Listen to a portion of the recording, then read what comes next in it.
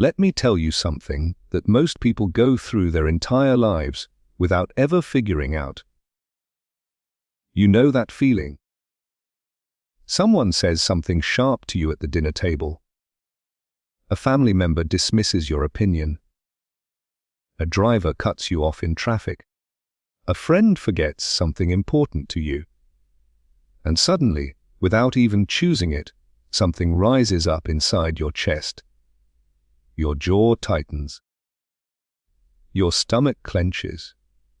You feel it spreading through you like heat, and before you know it, your whole day is ruined. Your whole week, sometimes. And the worst part, the person who upset you has probably already moved on. They're at home, eating their supper, sleeping just fine, and you're still carrying it. I want to talk to you today about that. About why that happens, and more importantly, about how to make it stop. Not by becoming cold, not by pretending nothing bothers you, not by forcing a smile when you're screaming inside.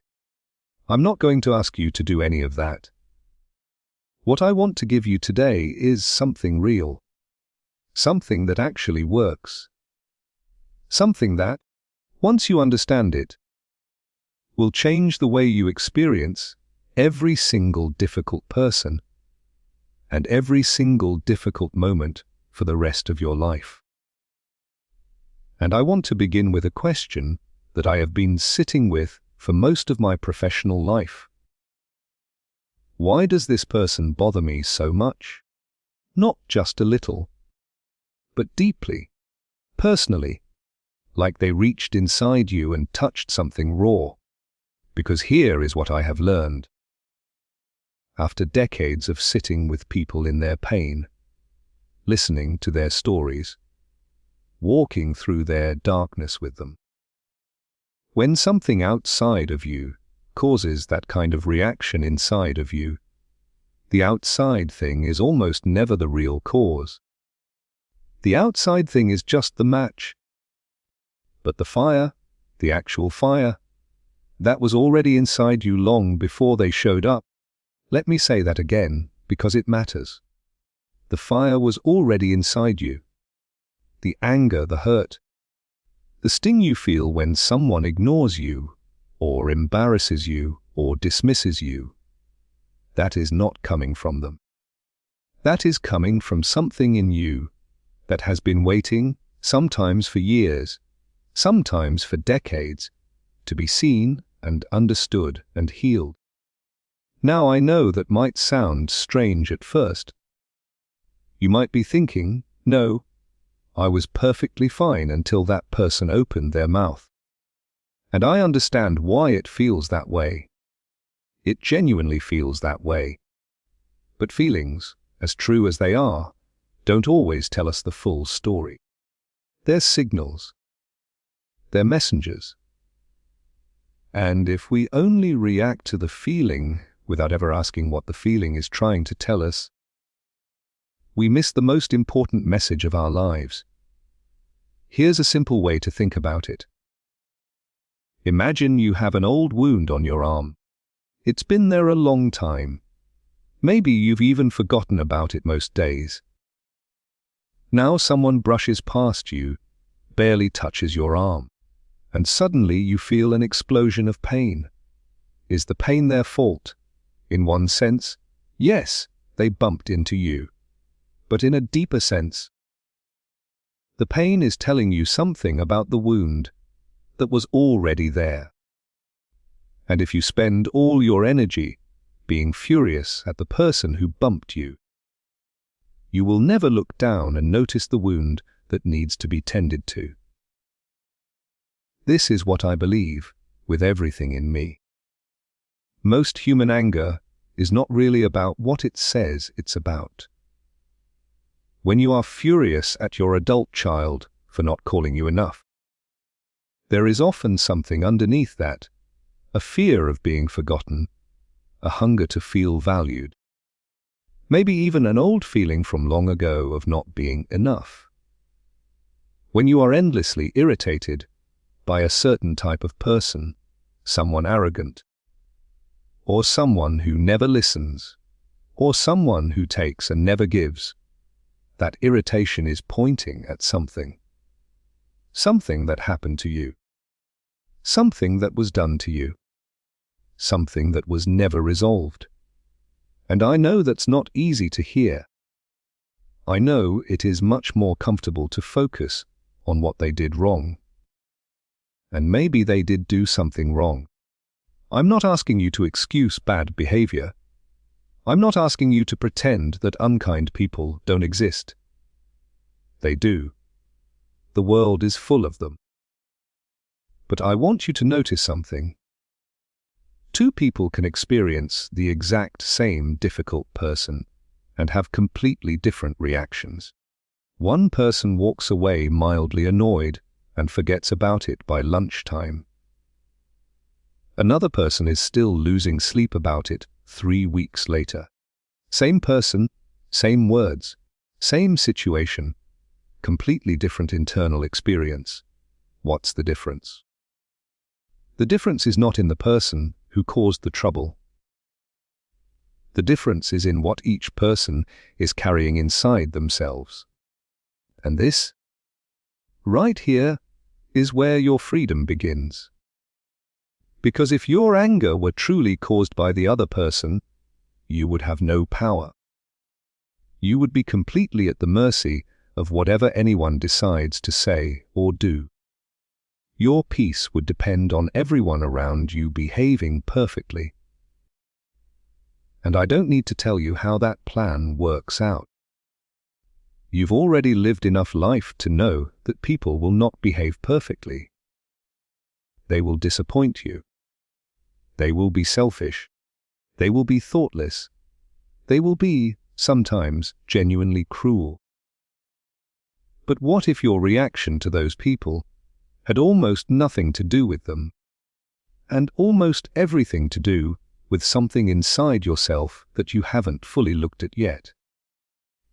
What if the anger, the sting, the thing that keeps you up at night, was actually a doorway? A doorway to something that, if you walked through it with courage and with honesty, would give you more peace than you have felt in years. Maybe more peace than you have felt in your entire life. I believe that. I have seen it happen. I have watched people in the second half of their lives, people your age, people who had carried the same wounds and the same reactions for 50, 60 years, discover something about themselves that changed everything. Not overnight, but genuinely, permanently changed. And the first step, the single most important thing you need to understand before any of this can begin working in your life, is something I call the shadow. And when I explain it to you in a moment, I want you to stay with me, because this is where everything starts to make sense. This is where the real work begins. The shadow. Now don't let that word frighten you. I'm not talking about anything dark or mysterious or strange. I'm using it the way I have always used it, as a simple, honest description of something every single human being carries. Every one of us. Without exception, me included. Think of it this way. When the sun shines on you, you cast a shadow behind you. You don't choose to. You don't plan it. It just happens. And the brighter the light, the darker the shadow. That shadow is always there, whether you look at it or not. Now your personality works the same way. As you grew up, you learned what was acceptable, what made people love you, what made people approve of you. You learned what to show and what to hide. Maybe you were told that anger was wrong, so you buried it. Maybe you were told that needing people was weakness, so you learned to need no one. Maybe you were made to feel that your sadness was a burden, so you smiled when you were breaking inside. And all of that buried material, everything you pushed down, everything you were ashamed of, everything you decided was too much or too ugly or too inconvenient for the world to see, that didn't disappear. It never disappears. It just moved into the shadow. It went underground. And here is the thing about what goes underground. It doesn't weaken down there. It grows. It waits. And every now and then, when someone or something presses the right button, it comes exploding back up to the surface, often in ways that surprise even you. Have you ever said something in anger and then thought, where did that come from? I didn't mean to say that. That's not who I am. That's the shadow. Have you ever felt a level of fury or hurt that seemed completely out of proportion to what actually happened? Someone made a small comment and you felt it like a physical blow. That's the shadow. Have you ever met a person and felt an instant, almost unreasonable dislike for them? Something about them just rubbed you wrong, and you couldn't even fully explain why. That, my friend, is almost always the shadow. Because often, the people who irritate us the most are carrying something that we ourselves have buried. They're doing something we were told we were never allowed to do. Being loud when we were taught to be quiet. Being selfish when we were trained to give everything away. Being free in a way that we secretly ache to be free but don't allow ourselves. And so we don't just dislike them. We resent them.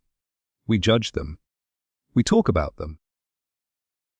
Because they're walking around in the open with something we've been keeping locked in the basement of ourselves for 40, 50, 60 years. This is not comfortable to hear. I know that. But I want you to sit with it for a moment, because there is enormous compassion hiding inside this truth. You are not broken. You are not bad. You are not weak. You are human. And you have done what every human being does. You have survived. You have adapted. You have shaped yourself around the people and the circumstances that surrounded you. And in doing so, you inevitably left parts of yourself behind. The shadow is not your enemy. The shadow is the part of you that never got the chance to be understood. And when you begin to understand it, something remarkable happens. The charge goes out of your anger. The sting goes out of other people's words. The things that used to ruin your day begin to lose their power over you. Not because you've become hard or distant or numb, but because you've become aware. And awareness, real honest awareness, is one of the most powerful forces in the human experience. Let me give you an example. A real, simple, everyday example. Let's say every time your spouse or your adult child leaves things disorganized, you feel a completely disproportionate anger rising in you. You've tried to manage it. You've told yourself it's not worth fighting over. But it keeps coming back, that same tight feeling, that same irritation, almost like clockwork. Now the easy explanation is, they're messy and it bothers me. But if we go a little deeper, and I want you to go here with me gently, the question becomes, what does the mess mean to you? What does it make you feel about yourself? About whether you are respected? About whether you matter? About whether the things you care about are seen as important? Because very often, underneath anger about a specific behavior, there is a question about love, a question about worth, a question that has been living inside you since long before this person came into your life. And when you find that question, When you sit down with it honestly and say, "Ah, there you are. I see what this is really about," something shifts. Something softens. You stop being at war with the person in front of you, and you start being honest with the person inside you. And that, more than any technique, more than any breathing exercise, more than any advice about counting to 10 before you speak, that is where lasting change actually lies. Now I want to be very clear about something, because I think it's important, and I don't want you to walk away with the wrong idea. Understanding your shadow does not mean accepting mistreatment. It does not mean staying silent when something is genuinely wrong. It does not mean that other people bear no responsibility for their actions. They do. Unkindness is unkindness. Cruelty is cruelty. And you are never obligated to simply absorb it with a smile. What it means is this. When you understand what's truly driving your reaction, you get to choose your response instead of being dragged into it. You stop being a leaf in someone else's wind. You become, maybe for the first time in a long time, the one who decides how you move through the moment. And that is a kind of freedom that most people never taste. Think about the people in your life who seem unshakable, not cold, not distant, but genuinely calm, genuinely grounded. When someone is difficult with them, they don't collapse and they don't explode. They respond with a kind of quiet steadiness that you've probably admired and maybe even wondered about. What do they know that I don't? I'll tell you what they know. They know themselves. Not perfectly, but deeply enough. They've done enough honest looking inward that they're not constantly being ambushed by their own buried feelings. They've made some kind of peace with the parts of themselves they used to hide. And this is not something reserved for special people. This is not a gift that some are born with and others are not. This is a skill, a practice, a way of turning toward yourself with the same compassion you would offer someone you deeply love. And at your stage of life, I want to say this directly, at your stage of life, this work is not just possible. It is perhaps more possible now than it has ever been before.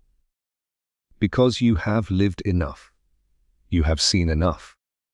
You have felt enough to know what matters and what doesn't. You have the kind of perspective that only decades of real living can give you. And the question now is not whether you have time for this. The question is whether you are willing to look, whether you are willing to turn, gently and honestly, toward the parts of yourself that have been waiting in the shadow for someone to finally notice them.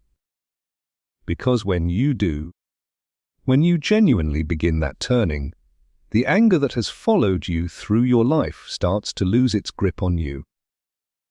Slowly, but surely, like a fist that has been clenched for years finally beginning to open. And I want to tell you something personal now. I have sat with hundreds of people in my life, men and women, young and old, rich and struggling, educated and simple. And the ones who suffered the most were almost never the ones who had the hardest lives. They were the ones who had never turned to look at themselves honestly. The ones who had spent decades pointing outward, at other people, at circumstances, at the unfairness of the world, and had never once quietly asked, what is it in me that keeps responding this way? And I say this not to blame them. Never to blame them. I say it because I watched them carry weight that they didn't have to carry. I watched them lose years to anger that was never really about what they thought it was about. I watched them damage relationships that they loved because they didn't understand what was driving them from the inside. And that breaks my heart. It genuinely does. Because the truth is, you were never meant to live like that. You were not put on this earth to be perpetually wounded by other people's words. You were not designed to hand your peace over to whoever happens to be difficult that day. You were made for something steadier than that. Something deeper. Something that doesn't rise and fall depending on how other people behave. And here is where I want to bring something in that I think is essential. Something that goes beyond psychology. Something that every person in this room, at some level, already knows in their bones. There is something greater than you at work in your life. Call it what you will. But most of you in this room have lived long enough to feel it. Those moments when something carried you through that you couldn't have carried yourself. Those moments when a door closed and you were devastated, and then years later you understood why it had to close. Those quiet moments in the early morning when something that felt like grace settled over you like warmth. You know what I'm talking about. And I want you to understand something. The inner work we are talking about, this honest, courageous turning toward yourself, it is not separate from that. It is part of it. Because how can you fully trust something greater than yourself if you haven't yet been honest about what's happening inside yourself? How can grace reach the parts of you that you've locked away and refused to look at? The shadow doesn't just block your peace. It blocks your connection to everything that is holy and healing and true in your life. And I have watched this happen. I have seen people who prayed every day, who sat in church every Sunday, who believed with everything they had, and yet they were still consumed by bitterness, still controlled by anger, still deeply, quietly suffering. And when I sat with them, and we found the courage to look at what was buried, what was hidden, what had never been brought into the light, something opened up in them that prayer alone had not yet been able to reach. Not because prayer isn't powerful, it is, but because you cannot bring to God what you refuse to acknowledge in yourself. The most honest prayer is not a polished one. It is the prayer that says, "Here I am, all of me, including the parts I'm ashamed of, including the anger I don't understand, including the hurt I've been carrying since I was young. Here I am." That kind of honesty, that kind of vulnerability before something greater than yourself, that is where real healing begins. And I want you to feel the urgency of this. Not the urgency of fear, but the urgency of love. Because time is not something any of us have in unlimited supply. And the years that remain, however many they are too precious to spend still being ambushed by the same old anger, still being wounded by the same kinds of people, still handing your peace away to anyone who knows which buttons to press. You deserve better than that. The people you love deserve better than that. And somewhere deep inside you, you already know it. You already know that something has to change. And I want to speak to you now, not as a lecturer, not as someone standing above you with answers, but as someone who stands beside you, who has wrestled with these same things, who has known what it is to carry anger like a stone in the chest for years, and not know how to put it down. I want to speak to you as someone who cares about what happens to you. And what I want to say, from the deepest place I know, is this. The anger you are holding, some of it is very old. Some of it goes back further than you realize. Back to a parent who never said they were proud of you. Back to a marriage that wounded you in ways you still haven't fully named. Back to a friendship that ended without explanation. Back to moments when you needed someone to show up, and they simply didn't. And you did what you had to do.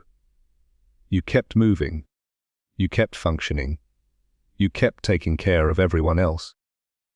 Because that's what your generation does. You don't complain. You don't fall apart. You carry it. But carrying it has a cost. And the cost shows up in the way you snap at someone you love over something small. The cost shows up in the sleepless nights. The cost shows up in the tightness in your body that never quite goes away. The cost shows up in the distance you feel from people, even people who are right there in the room with you. And I want to tell you something that I need you to really hear. That is not strength. That is survival. And you deserve more than survival. You deserve to actually live. Fully, freely, in whatever years God has given you left.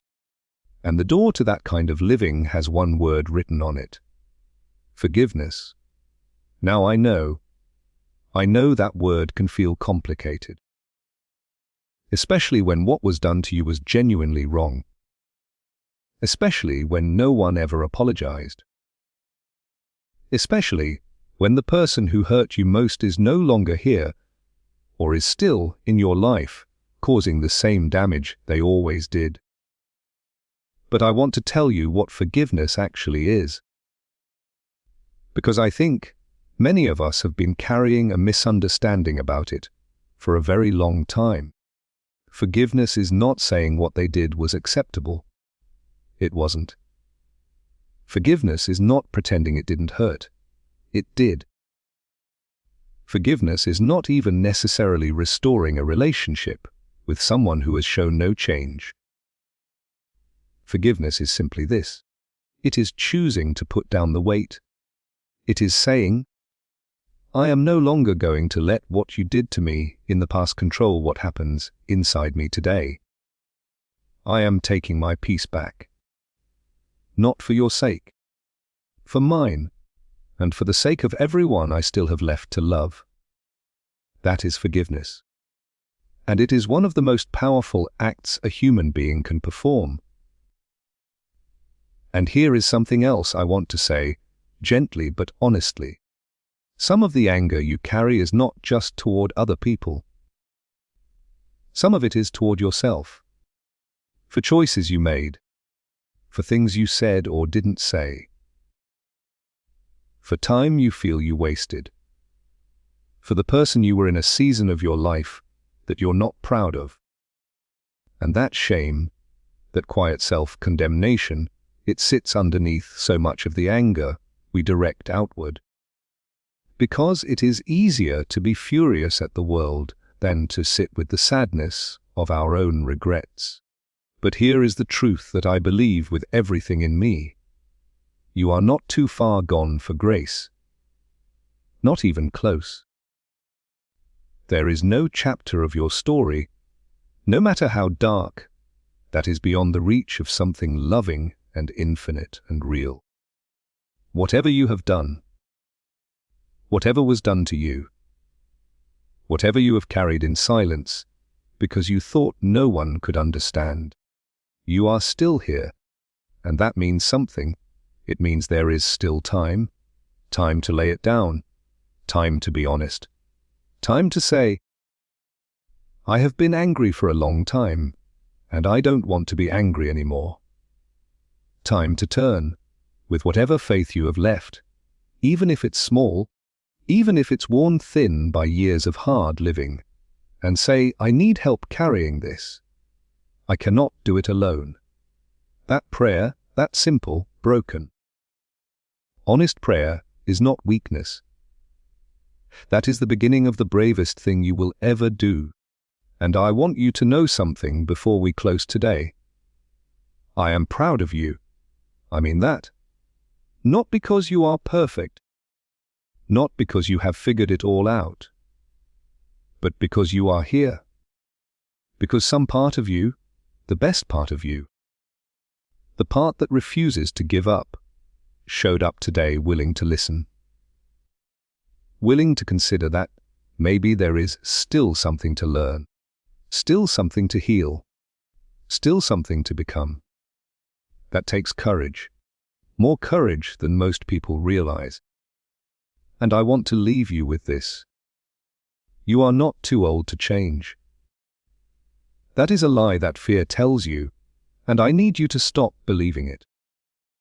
The most profound transformations I have ever witnessed in my life happened in people who were in the second half of their lives. People who had decades of pain behind them and decided, quietly and firmly, that they were not going to let that pain write the final chapter. You get to write the final chapter, not your past, not the people who hurt you, not the anger that has followed you like a shadow for years. You, with whatever time you have, with whatever strength remains in you, with whatever faith you can gather in your two hands today. So here is what I am asking you to do. Not tomorrow. Today, I am asking you to find one person, just one, who you have been holding something against. One person whose name tightens something in your chest when you think of them. And I want you to make a decision. Not necessarily to call them. Not necessarily to sit across from them. But to make an inner decision that says, I am releasing this. I am choosing my peace over my pain. I am done letting what happened then steal what is possible now. And then I want you to sit quietly, in whatever way feels true to you, and bring the parts of yourself you've been ashamed of into the light. The anger, the fear, the grief, the regret. Bring it all. Every last piece of it. And offer it to something greater than yourself. Because you were never meant to carry it alone. You were meant to be free, not free from difficulty. Life will still bring difficulty. People will still be unkind. Circumstances will still be hard. But free in here. Free in the place where you actually live. Free in the deep interior of your own heart, where no one else can reach unless you let them. That freedom is not a dream. It is not reserved for someone else. It is available to you. Right now, in this season, in this moment. And I believe, with everything I have, that the best of you is not behind you. It is still ahead. Go live it. Go give it. Go give it. The world still needs what only you can offer. The people you love still need the version of you that is no longer imprisoned by old anger and old wounds. You have survived everything that was meant to break you. Now it is time to do more than survive. It is time to truly, finally, live.